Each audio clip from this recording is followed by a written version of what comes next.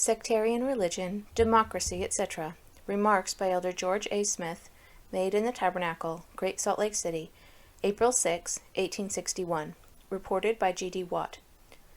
I arise before you to offer a few remarks, and to preach from a text. I do not know that you will find it recorded in any particular volume, and it is not exactly possible for me to tell the chapter and verse, but it will be found in the Gospel according to St. Brigham. Sectarian religion, sectarian God, and the democracy of our country compared together.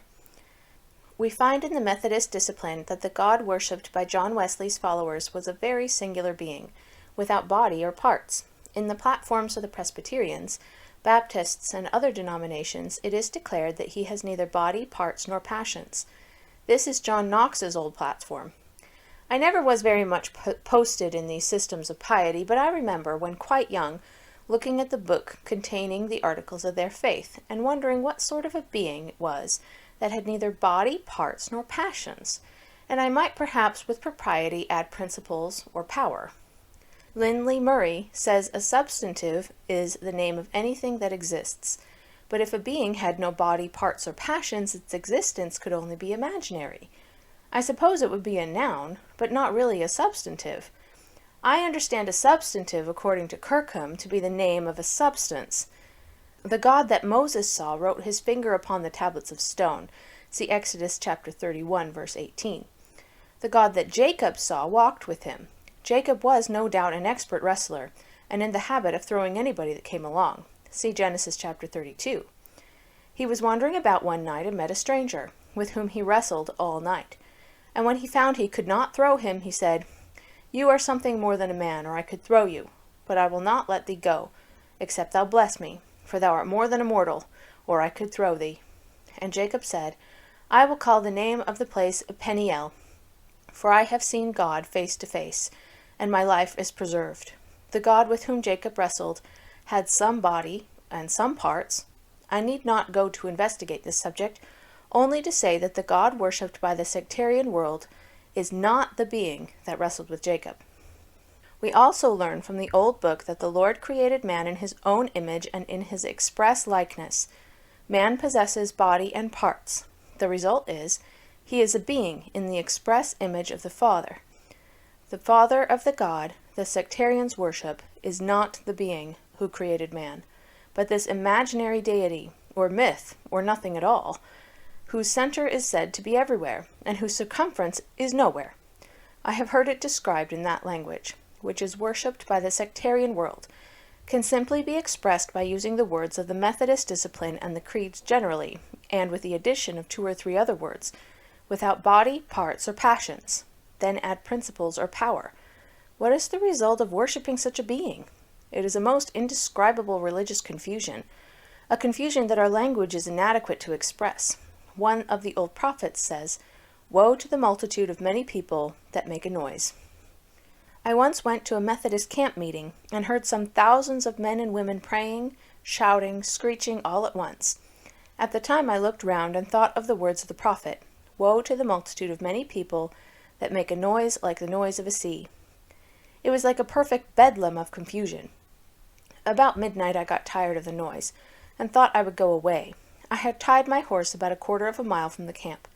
When I went to get him, he had broke the girth of the saddle, drawn the halter so tightly that I had to cut it, and to lead him some distance before I could quiet him so as to ride him.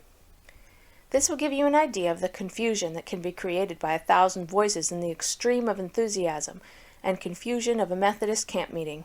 The different sects differ about almost everything that pertains to their religion.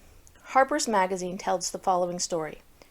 A Mormon elder from Salt Lake, by the name of Randall, not many years ago, while on a visit to his friends in the state of Ohio, was requested to attend a Campbellite meeting, a society to which his relatives belonged. He went and listened to an eloquent discourse. The preacher was more charitable than many of the clergy of other denominations, and in the course of his remarks said that each denomination or branch of the church formed a link in the chain with which Satan will be bound, and thus usher in the reign of peace. After the sermon was ended, many of the brethren expressed their approbation of the discourse, and bore testimony to the truth of what the preacher had said. Finally, the friends of the Mormon elder requested him to speak. He hesitated, but after much solicitation, he arose and said, "I believe what your preacher has said in regard to the different denominations, that they each form a link in the chain with which Satan will be bound, and when bound, both Satan and chain will be cast into the lake that burneth with fire and brimstone, according to the testimony of John the Revelator," and sat down. He was not called on again. But now for the second part of my text, the democracy of our country. I was reading the remarks of a gentleman who was insisting that the young men of our country should learn to spout, that is, to make a speech on politics, and be prepared to take the stump. A gentleman commenting on it says gold will ruin the country and destroy the Union. The people, being the government, having no recognized head, and having to express itself through the belly, if you please, it takes a long time, and by the time the sentiment comes to the head, it is so confused and divided that the fact is, it would have you suppose that the greater portion of the brains were in the boots. Read the proceedings of Congress for the last year, and you will see one constant stew. Every man that could get the opportunity would get up and pronounce a solemn speech, or have it printed at the public expense. At any rate, to send home to his constituents, to let them know that he did or must say something to prevent the dissolution of the Union, without ever reflecting upon or seeing the real cause of the difficulty. It is a species of maddening fury that rolls along like the waves of the sea, a kind of universal confusion. Take, for instance, those who have been the most devoted to the Constitution of the United States, and they, like the ancients who shouted, "Great is the goddess Diana of the Ephesians," would shout, "Great is the Constitution." A great and glorious thing is the Union, and every step they would take, every single effort they would make, would be to tread on the rights of others. What is the matter? What causes all this confusion? Why, those men who are placed in authority, from the president down, look silently on, and saw the laws trampled underfoot, the Constitution violated, the rights of the innocent trifled with, the blood of innocents poured upon the ground like water, and the little insignificant body of people, the damned Mormons, as they please to call them, driven from their homes into the wilderness. And so peace was taken from their midst. Suppose you get the Christians now together and fetch them up here, and ask them to tell which is the pure religion. Take, say, a dozen of the leading sects, and let each one tell us which is the pure religion of Jesus Christ, and they would get up such a quarrel, such a confusion, such a hubbub, that it would be impossible to tell anything about it. Go to work and gather up the different factions of our country, politically, and let them undertake to tell what the matter is, and it would only have a tendency to show a specimen of that ignorance, stupidity, weakness, and universal confusion which reigns throughout the land. When the Latter-day Saints were driven from Jackson County in 1833, Joseph Smith prophesied that if the people of the United States would not bring to justice that mob and protect the saints, they should have mob upon mob, mob upon mob, until mob and power and mob rule should be all over the whole land, until no man's life or property should be safe. This prophecy is being literally fulfilled. The laws of the country are trampled upon with impunity, and there is nothing but a general and universal mob rule. There is really a combination of corruption which exceeds anything which the world has witnessed for generations. Take, for instance, the officers of the army.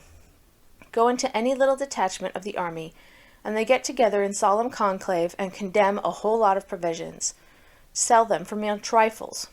Some of them will buy them in again, and pay 20 times as much as they sold for, and thus bleed Uncle Sam. Such men are in office every year. Men in office think it a fine thing to swindle the government, which is only a miserable goose for them to pluck. Now I will put the text together. The religious and political organizations of the country. Abe Lincoln, the present President of the United States, that was, at any rate, he occupies the seat and claims the title, and presides over a portion of the Union in Washington in name. This man is the representative of the religious enthusiasm of the country. For the last 30 years, there has been a constant stirring up and firm exertion on the part of the North to get up a crusade against slavery, to make the men who live in the southern states turn over their slaves. I was raised in the state of New York, and recollect the early movements in this matter. At that time a great many men held slaves.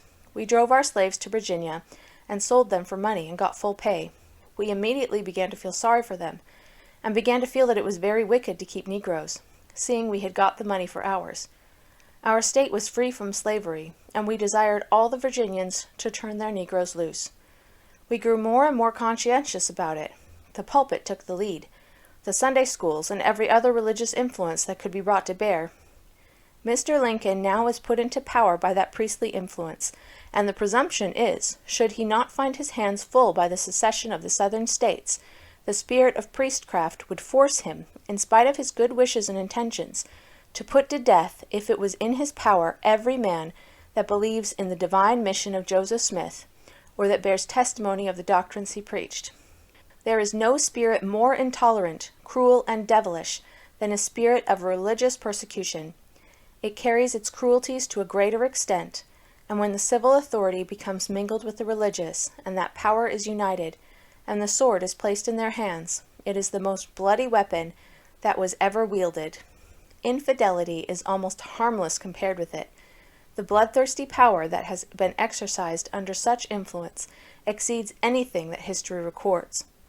It is a union, a combination of civil and religious power in the hands of corrupt men, and that brought to bear and turned loose upon us with a determination to annihilate every Latter-day Saint. But God is our shield and our protector. It was this influence that brought us trouble during the administration of Mr. Buchanan. The Republican organs whipped Mr. Buchanan into the Utah War, and they then whipped him for getting into it. And they whipped him until he got out of it the best way he could, and then they whipped him awfully for getting out. They meant to keep him there until the work of destruction was done, but thank the Lord, the Latter-day Saints yet live, and yet have an influence, and they are yet felt. Now, brethren, this is the word of the Lord, and that contention which exists throughout the country, and which by its actual division is rendered powerless to injure us, is really our protection. God uses it to protect us. He has said, "The wicked shall slay the wicked." The times shall come when the vengeance of the Almighty will fall upon the heads of those that have persecuted, slain, driven, and rejoiced over the destruction and affliction of the saints. I know that this is the work of the Almighty. I bear my testimony to it. And I say, if we were as we ought to be, if we would listen to the counsel of President Young as we ought to do, if we would obey his instructions as we ought to obey them, we should be the wealthiest people upon the face of the earth. I suppose, however, so far as the necessaries of life are concerned, we are so now.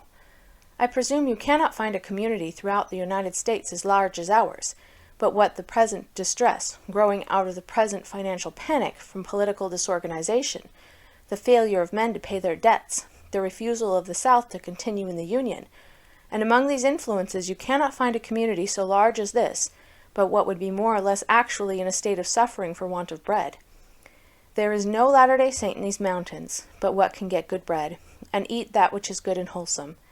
Hence I may say, we are the richest people, and if we had listened as we ought to have done, for the last 4 years to the council of the presidency, we should have possessed millions of property which we do not now. The fear there is in the breasts of many that the presidency will exercise an influence over their business affairs, that it would not give them as good a chance as they ought to have, has been all the while a plan to entangle our own feet, and has caused us to grope like blind men in the dark, and scramble for the picayunes, when we might as well have picked up the eagles. I have been sorry for this. I know that a wise head to guide us in our movements, in our different settlements, to tell us what we should cultivate, what kind of things we should improve in, and the advantages to be taken of the climate and productions of our several localities, and the way we should exercise our labor to produce the necessaries of life, is of vast importance to us. We have our brethren scattered all over the world, far and near, and many of them have been struggling for years to come to Zion. We should be awake while we are here, and try to release them from their bondage, for ere long the terrible storm will break loose. Every man's hand will be let loose upon his neighbor, and blood and distress, turmoil, sorrow, misery, war, and destruction will sweep the whole face of the earth, as with the bosom of destruction. Let us, then, exert ourselves to deliver our brethren, that they may flee from the old barn like rats from a building on fire, and escape in a time, and escape unhurt. Be wide awake and diligent in these things, and when we are called upon to go after the poor, regard it as a most important mission. I do not want for bread. There is no Latter-day Saint go as teamsters. Select some that are of no account, if you send them out a team round which you expect to have gathered 15 or 20 saints across the plains. Send a man that will be a father to them, and teach them righteousness, and inspire them with good sentiments and exalted feelings. And you that go on such missions, remember you are sent to bring home the sheaves. Therefore take care of them. Strengthen and encourage them in regard to the things that they should do and understand.